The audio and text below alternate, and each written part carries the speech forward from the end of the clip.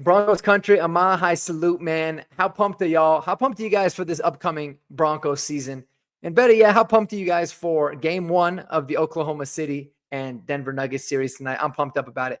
There's a lot to be excited about, man. And one guy that I know is going to be the talk of the town, he has been already, and he will continue to be, is our new starting running back, RJ Harvey, who we selected with the 60th pick in the second round of this last draft. Now, I've talked about him at length, ad nauseum, on a lot of different videos and some live streams with the fellas. But I wanted to dedicate today's video to a film review and not just talking about the film and what makes him, I think, a very special back, somebody that can thrive, but maybe put an end to some of the narratives that we hear about him. So we're going to dive into it, guys. So subscribe to the channel, like the video if you're not already. I very much appreciate y'all. So let's get into this. First of all, I just went on ChatGPT and I said, hey, ChatGPT, show me a list of some notable running backs. I didn't even say notable. It just popped up notable, but some running backs that were under 5'10", right? Just to give us a little bit of an inch, And what did they say? Barry Sanders, Maurice Jones-Drew, Darren Sproles. Look at these guys, right? 5'8", 200. Maurice Jones-Drew, 5'7", 210 pounds. Here's some really exciting ones, though. Mark Ingram and Ray Rice. Ray Rice is actually, like, physically, from a height weight standpoint, the closest comp that you have to somebody like RJ Harvey. And I don't think anybody worried about Ray Rice being able to, take on a full workload and be very, very productive in the NFL. He was a good pass protector. He was a great catch out of the backfield. He was a great runner, and he was really, really good at knocking women out in the elevators as well. So hopefully he doesn't repeat that part of his career. But the rest of it, man, you can see the comps right off the bat. Ahmad Bradshaw, right? Smaller back, but somebody that was balling. Brian Westbrook, actually one of my favorite backs back in the day when I was obsessed with Brian Dawkins and his time with the Eagles. So my point here, Tiki Barber, even not that big of a guy. So my point here, guys, is that the narrative that RJ Harvey is a smaller back, and I fell into that narrative a little bit, in the early parts of the of the draft process. I kind of felt very similarly to it. But what we're going to do here actually is we're going to do a little bit of math. All right. I want y'all to see my calculator as I got this pulled up. All right, let's do this. So pull up the calculator. And I want to show you guys something. This is something that I've talked about in terms of like talking about how many pounds per inch of body is somebody. And this will give you a good idea of what I mean, that not just physically he doesn't look small, but just because he's short, it doesn't mean he's a smaller back. So RJ Harvey is 68 inches, right? And he's 205 pounds. So when you do that, that means he is about 3 pounds and change per inch of body weight. So that means if he was 11 inches, if he was 5'11", okay, he would be 214 pounds. And 5'11", 214, last I checked, 215 is not a small running back. And so that just kind of gives you an idea on that on that standpoint. Another one is, does this look like somebody that's small, man? Let's be honest, guys. The dude is a beast. He's built big. So let's put that narrative to the side and let's go into the film, man. Let's talk about what I think makes him special, because he's definitely has the ability, and I think he's going to play a huge role in this Broncos offense, because we are so desperate for running back still, in my opinion, that I was looking at Tyrion Davis Ingram or Davis Price or whatever that was recently released by the Eagles, and I'm trying to convince myself that maybe he'd be somebody to add to the running back room. But let's get into it, guys, without further ado, and bang it out. So I'm going to let some of these run as usual, and then we're going to talk about it.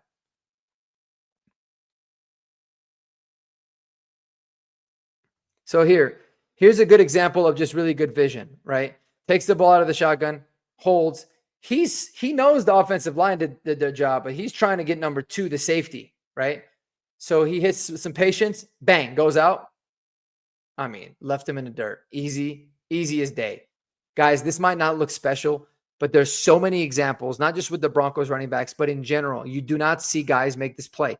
They would typically get the ball, just run through, try to run through number 2 and get a few more yards, right? Not him. He stops himself, shifts over to the left with a nice little lateral movement, foot in the dirt, and he's looking for 6, and he got it. So I love that run. I really, really love that one a lot. Oh, sorry to all the Colorado fans. This is the Colorado tape. The Colorado tape was pretty damn impressive, even though Colorado whooped their ass. I just love a lot of things here. First of all right, he can go right, he can go left. He's saying, boom, let's go left without even wasting a step, by the way. And then puts his arm right into the dude's neck, sheds him off. Shows a little bit of versatile power, right? You'll see a lot of times where he shows good power, he lowers his shoulders, bangs through guys, but to be able to, mix in the stiff arm too and get a couple more yards, I really, really like that one.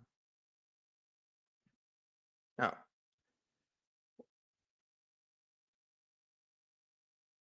Here's another example. This is actually very similar to the first run. Takes it.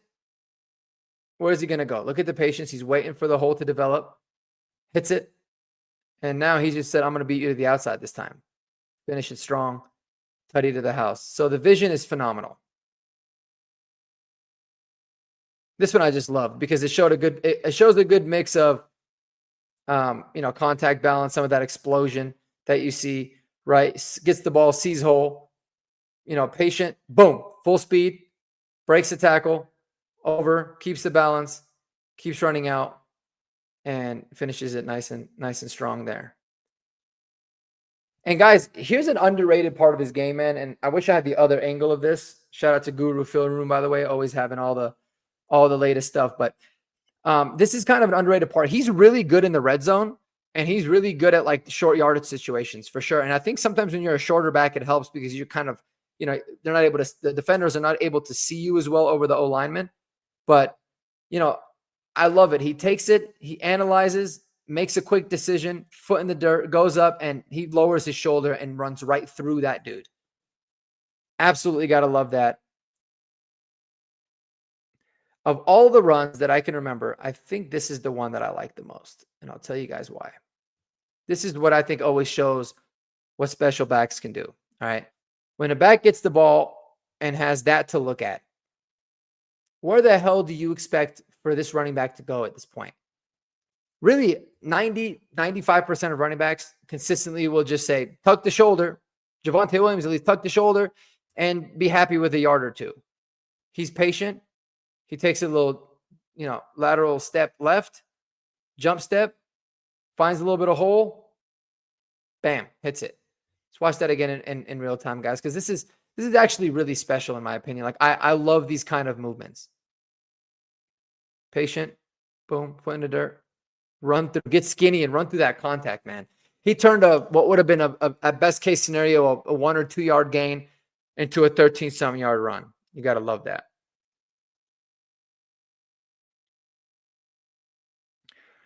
Another example of this, another thing, I think I might have touched on this a little bit, but anytime you're, a back that, I wouldn't say necessarily a smaller back, but somebody that is known for their quickness and their elusiveness, typically you don't have the best patience because you feel like you just want to get to full speed, or you could just, basically beat somebody to the hole or beat somebody to the corner and be able to win with your speed that way. And that really affects you from having good vision and affects you from being a very patient runner. You don't see that at all with RJ Harvey. He's got a really, really good feel for the game. He gets the ball. He always gets the ball. He does this little he almost kind of stops a couple steps and he stops. He analyzes, never, his feet don't stop moving. He makes a decision and boom, he goes. I mean, he's just like a little jitterbug. Hits it, runs through the guy, shows some power, some elusiveness. But the vision, you talk about vision being good. That was the perfect example of it because, like I said, you're being patient, but then it's not just about having the vision. It's about reacting quickly enough and going and hitting it. And that's what he does. And then here's a little bit of some stuff out of the backfield. Again, see you guys close your eyes a little bit because the slowest linebacker in the entire world happens to be covering RJ Harvey here. Absolutely gets toasted, man. You got to love that. And he's taking that 75 yards to the cribbo on a nice little wheel route that you love to see. Here's another wheel route. This is against TCU, if I remember. Just wide open. And what was cool about this is he was wide open just a few plays later on the same exact route, and the quarterback did not see him. They went back to him again, and he caught the Tugalicious. So you got to love that. He's got some of that ability out of the backfield. And then here, I mean, this is just This is simple, 75-yard touchdown. Nothing special, just being able to show that long speed. But who the hell doesn't like 75-yard touchdowns, man? I love that. And then finally getting into the last ones, just love this, right? Just love this. The cassette, again, so patient. My bad here. So patient. When he gets the ball, where the hell is he going to go? Where do you expect for him to go? The right side ain't going to happen. The safety or linebacker, whoever the hell, got number 7's got him locked down on the right. He just stays patient, avoids that guy, and makes something out of nothing. Is able to get a nice little 7-yard run again. So love those. Not always the most special.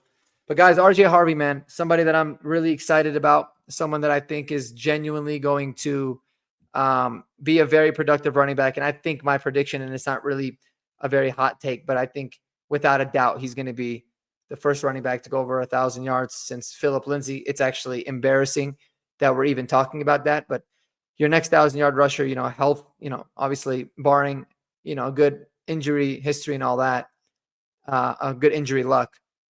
I think he's someone that's really going to add a nice dimension and a nice dynamic to this running back room. And it was much needed, and it's going to be interesting battle. Something that I'm really looking forward to see, okay, who's going to be the third down back? What kind of steps does Audric Estime take? How about Blake Watson? Can Blake Watson be that dark horse that can come in and kind of be the third down guy? Somebody that you can rely on in pass protection. We know he can catch the ball to the backfield.